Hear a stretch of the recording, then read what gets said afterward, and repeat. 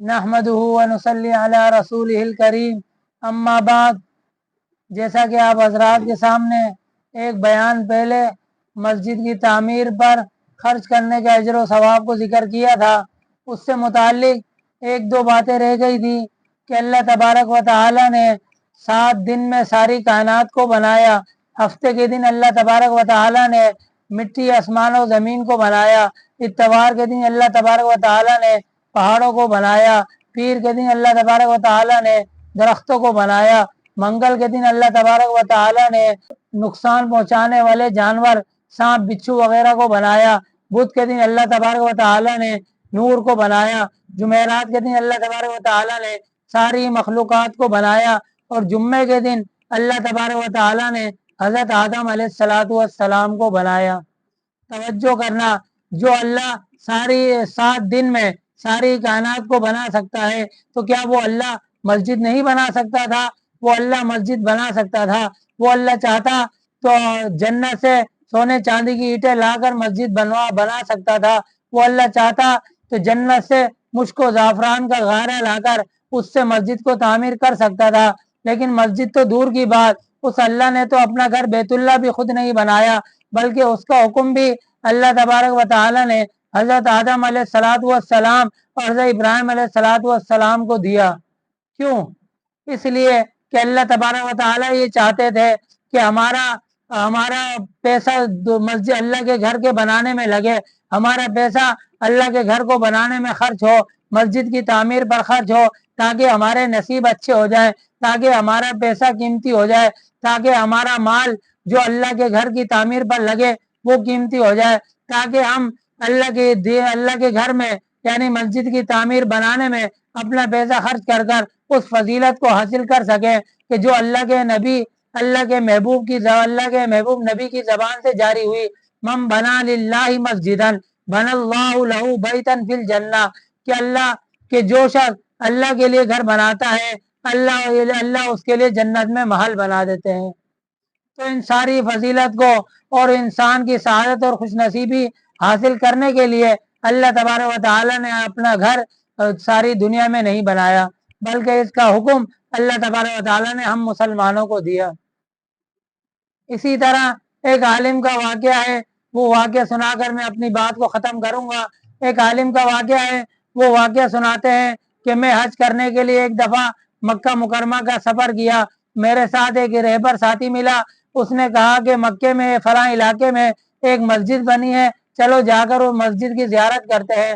چنانچہ وہ مسجد دیکھنے کے لیے گئے، مسجد بنانے والے کے بیٹے کے ملاقات کی، اس سے پوچھا کہ ذرا اپنی کہانی تو سناؤ کہ تمہارے والد نے اس مسجد کو کس طرح تعمیر کروایا۔ تو اب وہ بیٹا کہانی واقعہ سنانے لگا کہ میرے باپ نے جب اللہ کا گھر یعنی مسجد کو تعمیر کرنے کا ارادہ کیا تو اس نے پورے علاقے میں اعلان کر دیا کہ اس مسجد میں 1 روپے سے لے کر جتنا پیسہ خرچ ہوگا وہ سارا کا سارا میں دوں گا، تم نے کسی سے 1 روپیہ چندہ کسی سے نہیں کرنا۔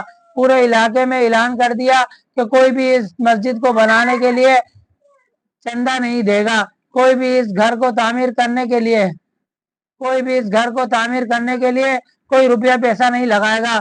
1 روپے سے لے کر لاکھوں لگے، کروڑوں لگے، وہ سارا کا سارا پیسہ مسجد کی تعمیر میں خود خرچ کروں گا۔ تمام انجینئروں کو، مزدوروں کو، مستریوں کو، سب کو یہ اطلاع دے دی، کوئی بھی 1 روپیہ دینا چاہے کسی سے 1 روپیہ اس گھر کی تعمیر کو بنانے کے لیے مت لینا۔ چنانچہ کام شروع ہو گیا، اللہ کا گھر مسجد بن کر تعمیر ہو گئی۔ جس دن وہ مسجد تعمیر ہو کر مکمل ہوئی، مسجد کی تعمیر مکمل ہوئی، تو اس رات کو وہ میرے والد رات کو سوئے، خواب میں کیا دیکھتے ہیں کہ خوبصورت ایک جگہ ہے جہاں 2 محلات ہیں، 2 بڑے بڑے محل ہیں، لیکن ایک عجیب بات کہ دونوں محل ہو بہو ایک جیسے ہے، جس طرح پہلا محل بنا ہوا ہے بالکل اسی طرح دوسرا محل بھی بنا ہوا ہے۔ چنانچہ خواب میں میرے والد نے پوچھا کہ یہ محل کس کا ہے؟ بتانے والے نے بتایا کہ یہ پہلا محل تو تمہارا ہے کہ تم نے اس گھر کی تعمیر پر یعنی اللہ کے گھر کو تعمیر کرنے پر اتنا پیسہ خرچ کیا، اتنا مال لگایا، اپنا وقت دیا، تو یہ پہلا محل تو تمہارا ہے کہ اللہ پاک نے خوش ہو کر اپنے گھر کی تعمیر سے خوش ہو کر اللہ تبارک و تعالی نے جنت میں تمہارے لیے اتنا بڑا محل بنا دیا ہے۔ تو فوراً سوال کرنے لگا، اچھا یہ بات تو مجھے سمجھ میں آ گئی کہ پہلا محل تو میرا ہے، لیکن یہ دوسرا محل کس کا ہے، ذرا یہ بھی تو بتاؤ۔ پھر وہ بتانے والے نے بتایا کہ دوسرا محل ایک حبشی عورت کا ہے۔ یہ سنتے ہی میرے والد کی آنکھ کھل گئی، فوراً سارے انجینئروں کو، مزدوروں کو، مستریوں کو، سب کو بلایا اور گاؤں والوں کو جمع کر لیا کہ جب میں نے شروع میں اعلان کیا تھا کہ اس مسجد کی تعمیر پر 1 روپے سے لے کر لاکھوں کروڑوں جتنا لگے وہ سارا کا سارا پیسہ میں لگاؤں گا، پھر تم نے یہ پیسہ کس سے لیا؟ یہ تم نے کسی سے کوئی چندہ لیا ہے؟ سارے مزدور، انجینئر اور گاؤں والے کہنے لگے کہ ہم نے اس کی تعمیر پر کوئی روپیہ پیسہ خرچ نہیں کیا، ہم نے کوئی پیسہ اس کی تعمیر پر نہیں لگایا، جیسا آپ کا اعلان تھا ویسا ہی ہوا۔ مزدور، انجینئر کہنے لگے، مستری کہنے لگے ہم نے بھی کسی سے 1 روپیہ نہیں لیا، جیسے آپ کا حکم تھا ویسے ہی ہوا۔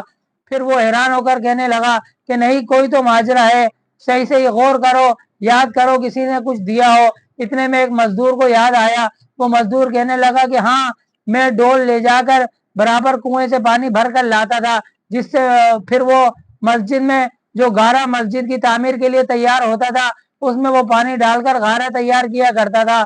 ایک دن میں وہ ڈول پانی کا بھرنے کے لیے جیسے ہی وہ ڈول میں نے کنویں میں ڈالا تو اس کی رسی کچی تھی، وہ رسی ٹوٹ گئی، ڈول کنویں میں گر گیا۔ میں بڑا پریشان کھڑا تھا کہ اب کیا ہوگا، کس طرح کنویں سے پانی نکالیں گے اور مسجد کی تعمیر کے لیے گارا تیار ہوگا۔ میں بھی اسی پریشانی میں تھا کہ ایک حبشی عورت آئی، اس نے کہا کہ کیا ماجرا ہے؟ میں نے اسے کہا کہ میرے پاس ڈول تھا جس سے پانی بھر کر میں مسجد کے لیے گارا بناتے تھے، وہ ڈول کی رسی ٹوٹی اور وہ ڈول کنویں میں گر گیا۔ تو وہ عورت کہنے لگی، حبشی عورت کہنے لگی کہ میرے پاس ایک ڈول ہے، یہ ڈول تم رکھ لو، میں اللہ کی رضا کے لیے اللہ کے گھر میں اس ڈول کو دیتی ہوں، تم اس سے پانی بھرو اور اپنی تعمیرات کی کام کو مکمل کرو۔ چنانچہ یہ کہہ کر وہ چلی گئی۔ جیسے ہی یہ واقعہ میرے والد نے سنا تو فوراً اس مزدور کو حکم دیا کہ جاؤ، فوراً اس عورت کو تلاش کرو، اسے میرے پاس لے کر آؤ۔ تو مزدور کہنے لگے کہ اسے تلاش کرنے کی ضرورت نہیں، وہ روزانہ اس کنویں کے پاس آتی ہے، جیسے ہی کل وہ کنویں کے پاس آئے گی تو ہم آپ کے سامنے لا کر اسے پیش کر دیں گے۔ چنانچہ کل کا دن آیا، جیسے ہی وہ عورت کنویں کے پاس آئی تو اس مزدور نے دیکھا، اسے فوراً لا کر اپنے مالک یعنی میرے والد کے سامنے پیش کر دیا۔ میرے والد نے اس سے پوچھا کہ بتاؤ، وہ ڈول جو تم نے اللہ کے گھر کے لیے وقف کیا ہے، میں اس ڈول کو خریدنا چاہتا ہوں، اس کی کیا قیمت ہے؟ پہلے تو وہ کہنے لگی وہ ڈول تو میں نے اللہ کے نام پر وقف کر دیا، اس کی کوئی قیمت نہیں۔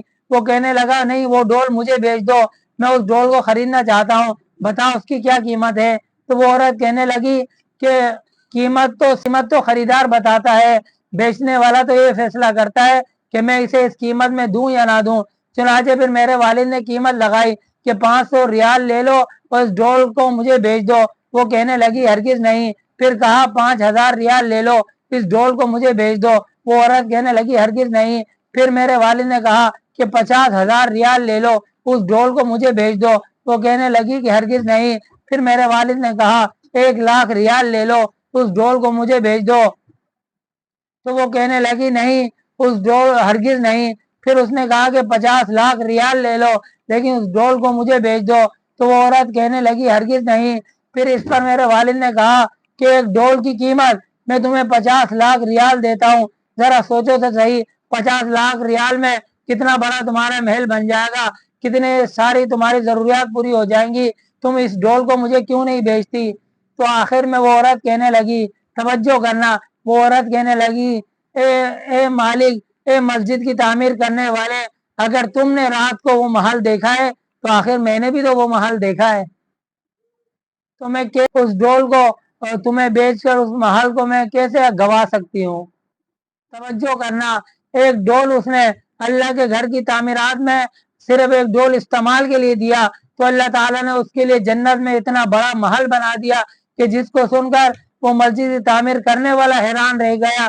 تو ذرا توجہ کریں، اگر مسجد کی تعمیر پر ہم اپنا پیسہ لگائیں گے، ہم اپنا پیسہ خرچ کریں گے، مسجد کی ضروریات کو پورا کرنے میں اگر ہمارا پیسہ لگے گا تو اللہ تعالیٰ کتنا ہمیں نوازیں گے، ہم سوچ بھی نہیں سکتے۔